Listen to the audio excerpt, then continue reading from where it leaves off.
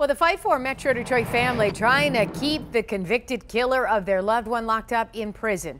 It came to a sad and bitter end today in a Detroit courtroom. 7 Action News reporter Jim Kirchner is live downtown with the case that goes back 30 long years. Fill us in, Jim.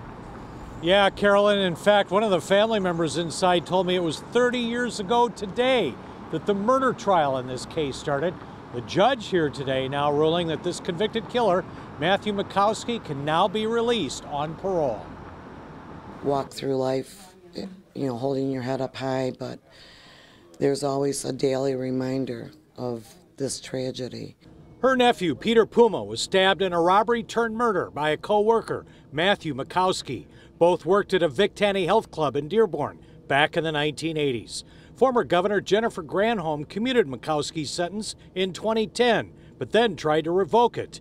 That was denied by the state Supreme Court. The victim's family then sued the state parole board for abuse of discretion, alleging their voices were not being heard. Their attorney today quoting the sentencing judge. I'm going to recommend the governor that this prisoner never be pardoned, that his sentence never be commuted, that during the period of time he's in the Department of Corrections, he be segregated from other individuals that may be capable of manipulation.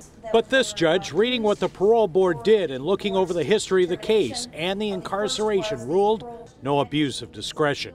The only tough aspect of this decision is the impact it may have on either family. I'm appalled.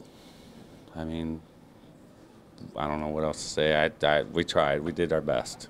The family says the convicted killer had threatened them from prison. We all live in fear. We all do. We will. I'm sure I will. What would you say to him if you see him when he gets out? I don't want to see him.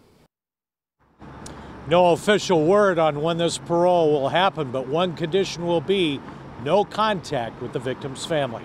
Live downtown, Jim Kirchner, 7 Action News. Jim, thank you for the live report. We'll continue to follow this for sure.